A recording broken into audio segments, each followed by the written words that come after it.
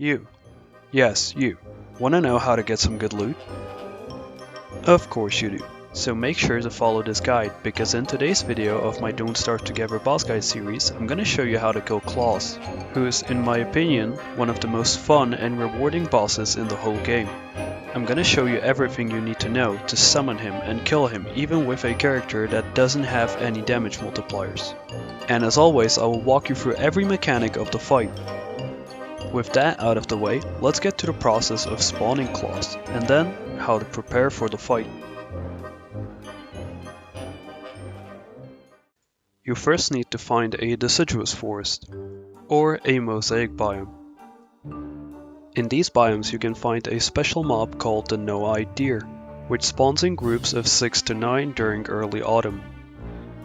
They will soon start growing antlers that we can harvest by attacking them, therefore scaring them to run into trees. That will cause the antlers to fall on the ground. After obtaining an antler, we will also need to find a loot stash. It will spawn 1 to 3 days after the beginning of every winter, and can be found in the deciduous forest biome or the mosaic biome. We can now start the fight, but first we have to prepare. For armor, I would recommend football helmets or lock suits, since most of the damage in this fight can be avoided. The weapon I recommend for this boss fight is gonna be a handbat. I also recommend getting a walking cane for additional movement speed during the fight. You should also be using a thermal stone, because Klaus can cast fire and ice attacks. Even though it's not necessary, I would highly recommend getting a pan flute to counter minions. Healing is of course going to be very important, so I'd recommend something like pierogi, which can be easily crafted in a crockpot by combining 1 meat, 1 egg, 1 vegetable and a filler.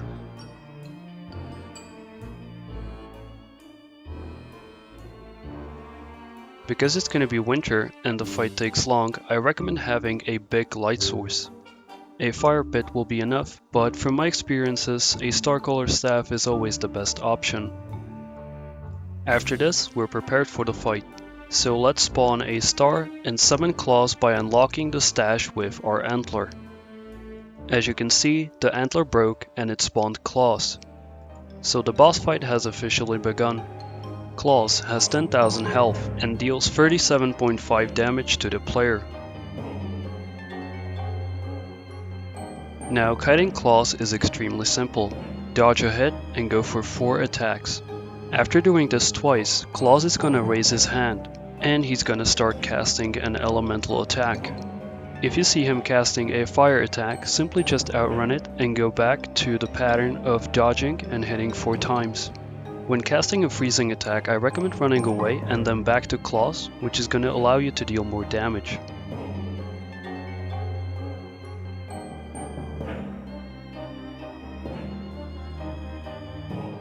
Let's go over the kiting pattern one more time, step by step. When he starts casting a fire attack, run in a circle to outrun the attack. After that, you go for dodge, hit 4 times.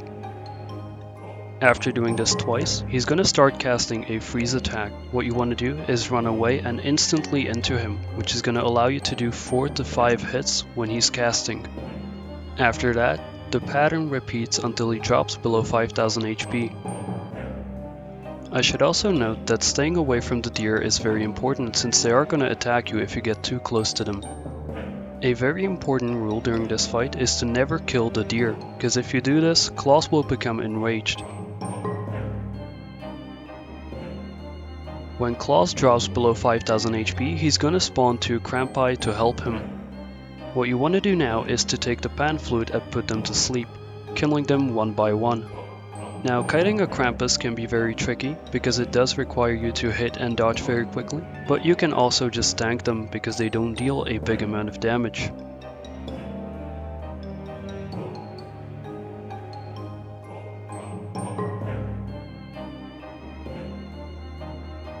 After this, we can continue fighting Klaus like before until his death.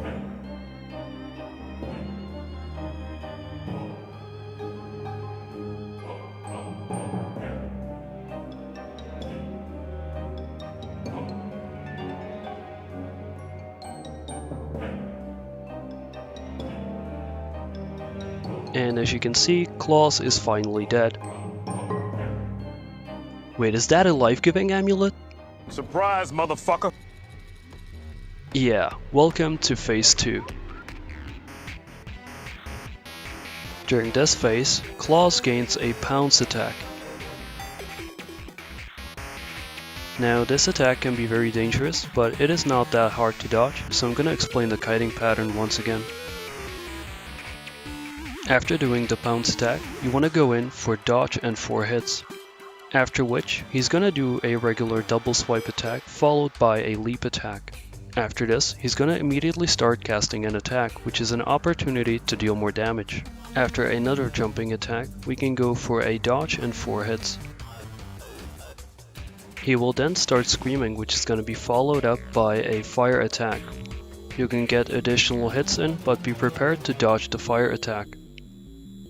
From now on, it's just rinse and repeat until he dies.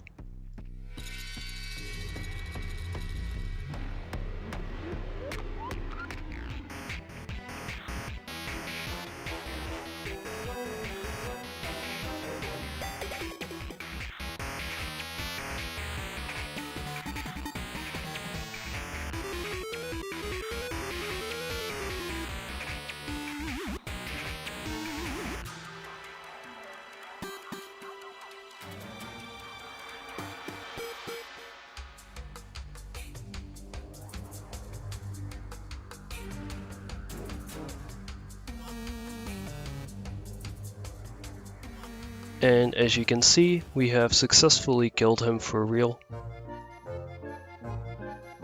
Well, that was an entertaining fight. Let's take a look at some of the loot. His deer are gonna drop a red and a blue gem, while Klaus drops a figure sketch and a stag antler. The stag antler can be used to open the loot stash, which is where the good stuff is.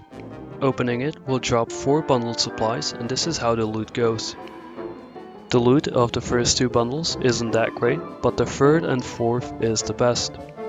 You can get a krampus sack from the 3rd bundle, but mainly you can get a ton of boss items from the 4th one. In this case, as you can see, I got a Beequeen crown and a Malbatross bill. So as you can see, this is one of the most rewarding bosses in the whole game. Anyway, that's gonna be it for today's episode. So yeah, thank you guys for watching this video. I really hope you guys enjoyed this video, and if so, make sure to leave a like and subscribe for more content like this.